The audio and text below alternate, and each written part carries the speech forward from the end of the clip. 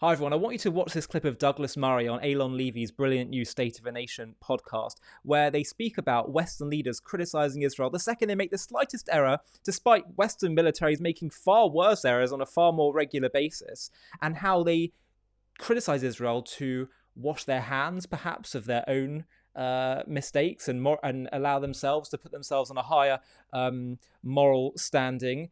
Which is frankly disgraceful, but also to try and appease growing radicalisation that's occurring in their own countries. Have a listen to this, because this is a really important point.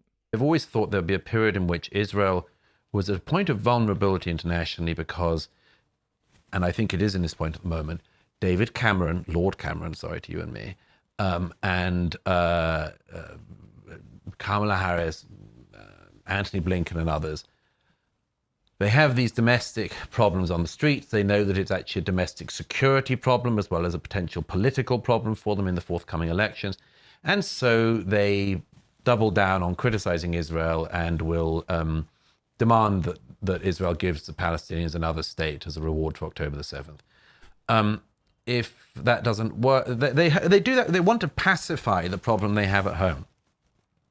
And that might buy them a few years. I don't know, maybe. Maybe it'll buy them a few months. Maybe a decade. Who knows? But the people who stand up in mosques in the UK and incite violence against my country, incite violence against Jews, incite violence against minorities, yeah, I'm against them. I'm going to pause it there because they get into a separate discussion now about Islamophobia and they unpack that, and we can talk about that in a separate video.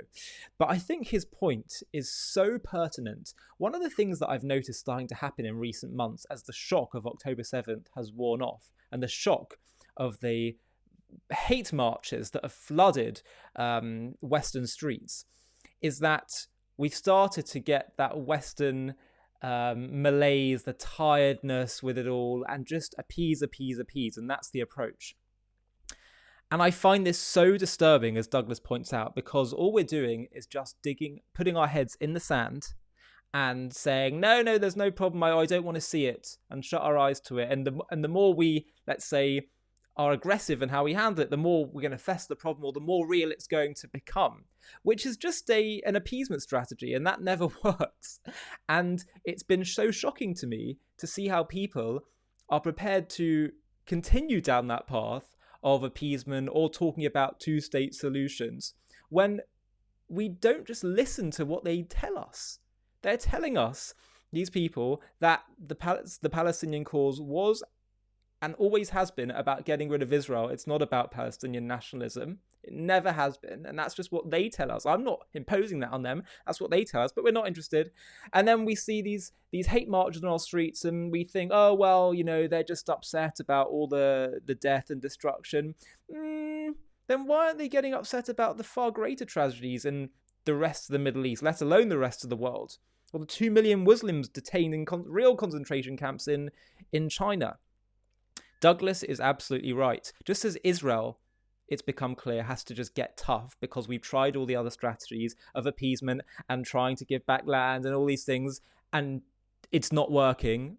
So too, we have to do the same thing on our streets. And Douglas is absolutely right. This is just basic sanity. The only language that radicals and terrorists understand, unless we haven't already learnt this yet from our history, is strength. Peace through strength. It's amazing.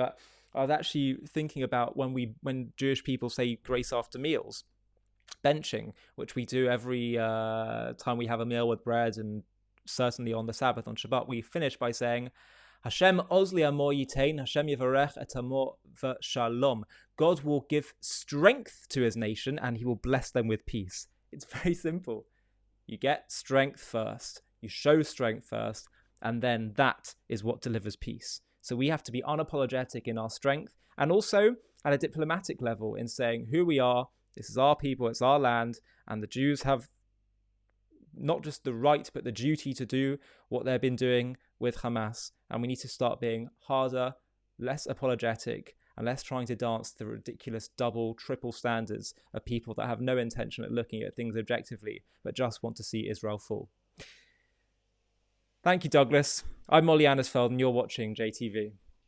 Hi everybody, thanks for watching. If you want to watch another one, click here. If you want to subscribe to stay up to date with all the latest JTV content, click here. And if you're feeling really keen, you can click the join button down below underneath this video, where you can get perks including early access to new videos and private live discussions with me, where we can talk about JTV content and strategy moving forward, and I'll get to hear from you. Thanks again for watching.